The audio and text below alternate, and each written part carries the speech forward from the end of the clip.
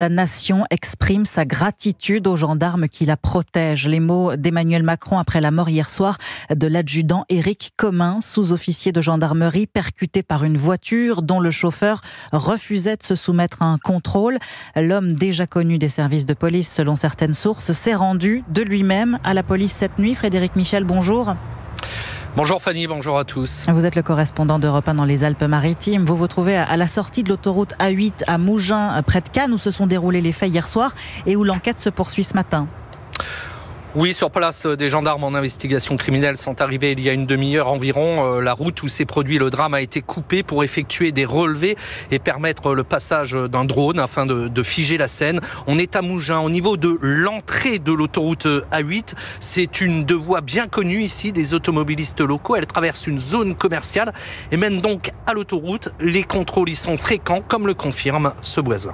Là, le contrôle souvent, puisque ça, c'est très dangereux de passer aussi ici pour traverser la route. Ça roule vite. Il y a beaucoup d'accidents ici.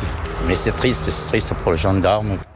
Alors, ce que l'on sait des circonstances du drame, c'est qu'il était 20h40 hier soir lorsqu'une BMW noire a voulu échapper au contrôle routier en cours. Le conducteur a forcé le barrage, percutant un gendarme du peloton autoroutier motorisé de Mandelieu.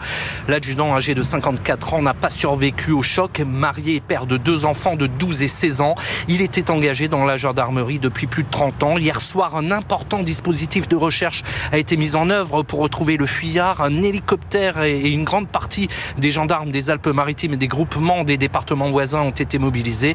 Et selon un responsable syndical de la police, vous l'avez dit, c'est en allant se rendre aux forces de l'ordre à la demande de sa famille que le suspect a été interpellé cette nuit par la police et remis aux gendarmes. Il est en ce moment même en garde à vue. Frédéric Michel à Mougins pour Europe 1. L'émotion est évidemment très vive depuis hier soir dans les rangs des forces de l'ordre. Ce matin sur Europe 1, Bruno Bartosetti, secrétaire national délégué de la zone sud du syndicat Unité, appelle à condamner plus lourdement les refus d'obtempérer. Qu'est-ce qu'on risque lorsqu'il y a un refus d'obtempérer? Aujourd'hui, c'est 2 ans d'emprisonnement.